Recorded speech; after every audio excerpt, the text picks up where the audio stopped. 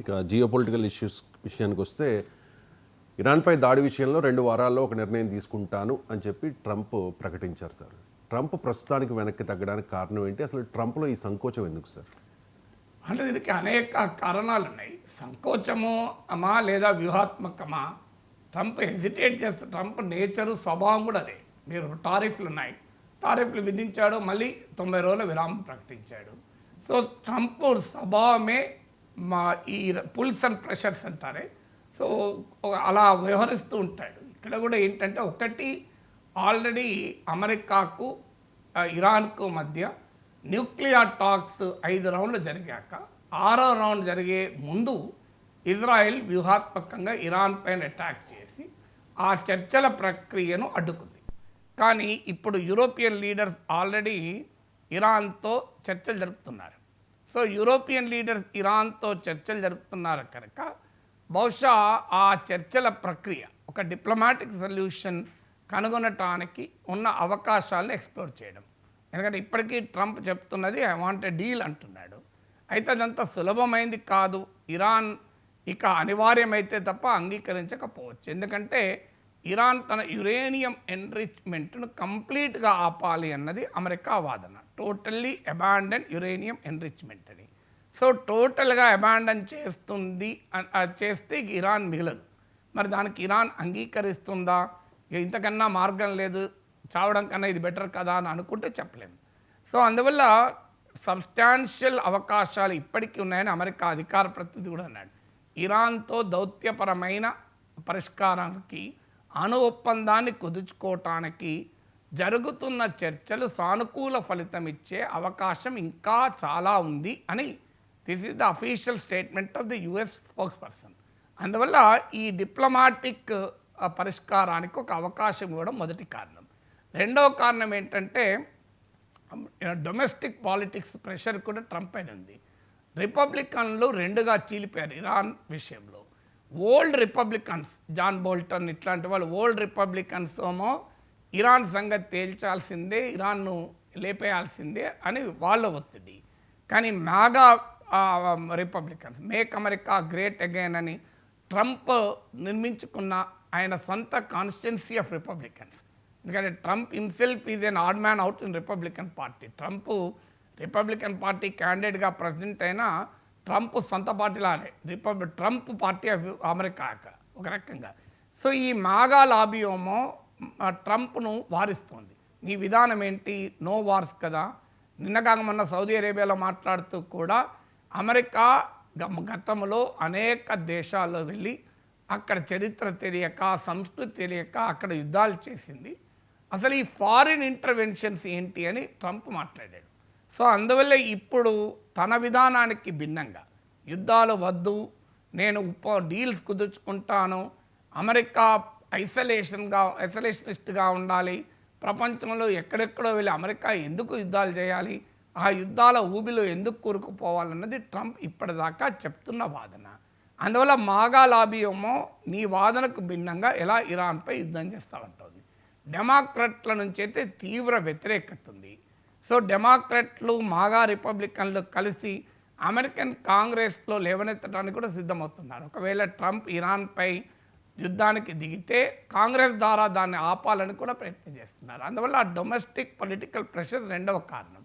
మూడవ కారణం ఏంటంటే ఇక్కడ ఈ వెస్ట్ ఏషియాలో అమెరికన్ బేసెస్ ఉన్నాయి, మిలిటరీ బేసెస్ ఉన్నాయి. ఆ మిలిటరీ బేసెస్ మీకు కొన్ని అంచనాల ప్రకారం అయితే 40,000 to 50,000 అమెరికన్ సోల్జర్స్ పశ్చిమాసియాలో ఉన్నారు. సుమారు 19 మిలిటరీ బేసెస్ ఉన్నాయి.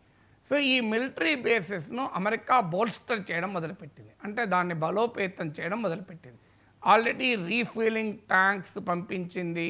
మీకు సౌత్ ఏషియా నుంచి సౌత్ ఈస్ట్ ఏషియా, ఆగ్నేయ ఆసియాలో ఉన్న ఇండో పసిఫిక్ ప్రాంతంలో ఉన్న అమెరికన్ మిలిటరీ ఫెసిలిటీస్ను పశ్చిమాసియా, వెస్ట్ ఏషియాకు తరలించింది. సో ఈ ప్రిపేర్నెస్లో ఉంది. ఎందుకంటే అమెరికా ఇరాన్పై యుద్ధం చేస్తే ఇరాన్ వెళ్ళి అమెరికాపై దాడి చేయలేదు. ఎందుకంటే ఇరాన్కు అమెరికాకు 1000 కిలోమీటర్ల దూరం. అందువల్ల అమెరికాలో టార్గెట్ను కూడా హిట్ చేయగలిగే అంత టెక్నాలజీ ఇరాన్ దగ్గర లేదు. అందువల్ల ఇరాన్ ఇమీడియట్గా చేయబోయేది ఏంటంటే వెస్ట్ ఏషియాలో ఉన్న అమెరికన్ బేసెస్ని టార్గెట్ చేస్తుంది. ఎందుకంటే అమెరికా దాకా ప్రయోగించగలిగే మిసైల్స్ కానీ టెక్నాలజీ కానీ ఇరాన్కి లేదు. అందువల్ల ఇమీడియట్గా వెస్ట్ ఏషియాలో ఉన్న అమెరికన్ మిలిటరీ స్థావరాలను ఇరాన్ టార్గెట్ చేస్తుంది.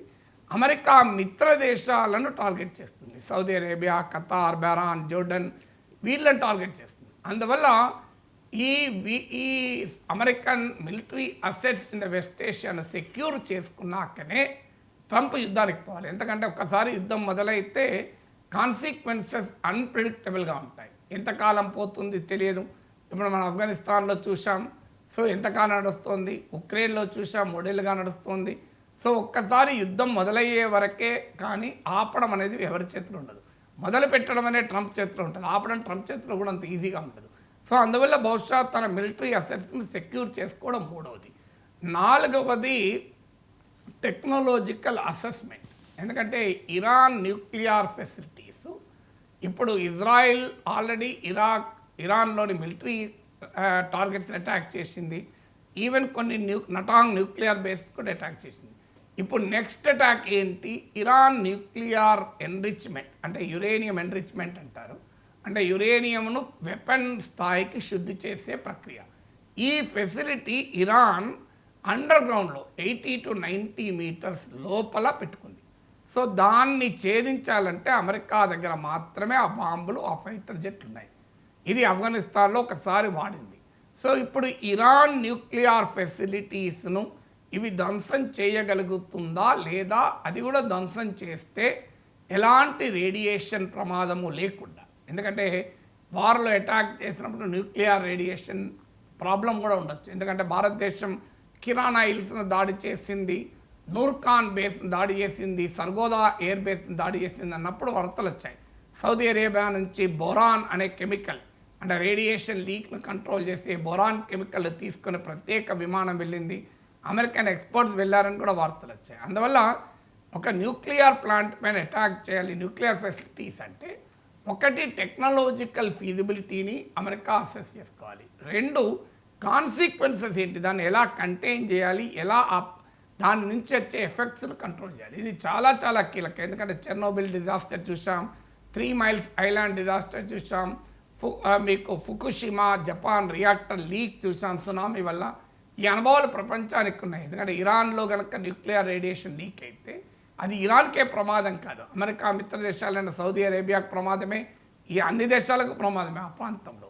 సో అందువల్ల ఈ టెక్నాలజికల్ అసెస్మెంట్ ఏమైనా చేసుకోవచ్చు. 5వది సింప్లీ ఒక మిలిటరీ వ్యూహం కావచ్చు. ఎందుకంటే మిలిటరీ యుద్ధ భూమిలో ఏం చేస్తారంటే భ్రమలు కలిగిస్తారు, భ్రమలు కలిగించి దాడి చేస్తారు.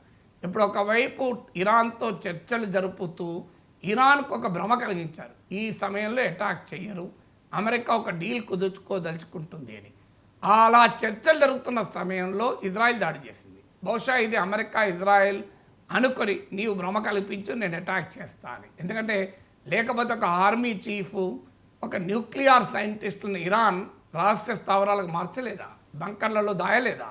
మరి ఎందుకు వాళ్ళు ఓపెన్గా వాళ్ళ ఇళ్ళలోనే ఉన్నారు? వాళ్ళ ఇళ్లలో ఉన్నారు కనుక ఇజ్రాయెల్ అటాక్ చేయగలిగింది కదా.